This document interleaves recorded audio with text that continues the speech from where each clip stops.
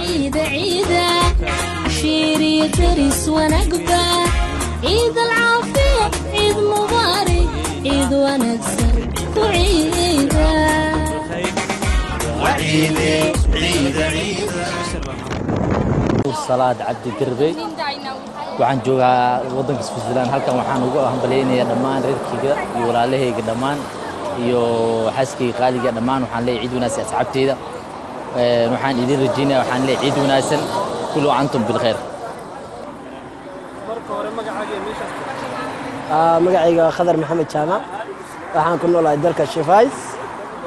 hambalada ciid dadkii halkan ka salaamaysa ma sha Allah halkan waxaan ka salaamayaa dhamaan ummadda muslimiinta oo dhan meel walba adduunka ka joogan meel walba adduunka ka ciidiyaan gaar ahaan wadankayga hooyo Soomaaliya maamadana I love you السلام عليكم ورحمة الله وبركاته حاجة وحنا قام برينا أمة الإسلام كودن كل عام وأنتم بالخير حاجة خاصة وحنا كسلام يا فاميلي جيجا وحلا يا هاي دمانتين نبضي بشي برواقك عيدة والسلام عليكم ورحمة الله وبركاته مبارك عيد مبارك عيد مبارك إن شاء الله marka hore magacaaga meeshaad magacaygu waa Maxamed waxaan joogaa magaalada Zurich wadanka Switzerland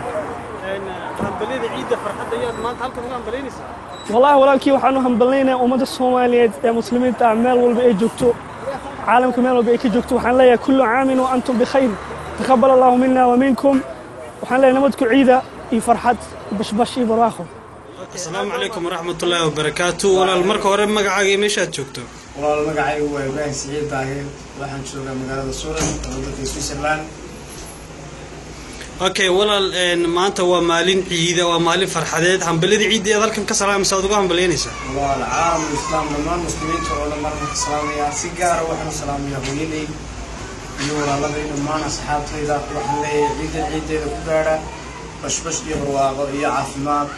إلى إذا كيو حندير تشيني نقول كردان كمان عالم الإسلام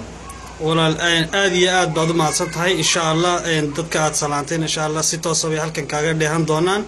آد بعض ما صدقها تقبل الله منا ومنكم عيد مبارك علينا وعليكم تقبل الله منا ومنكم عيد مبارك علينا وعليكم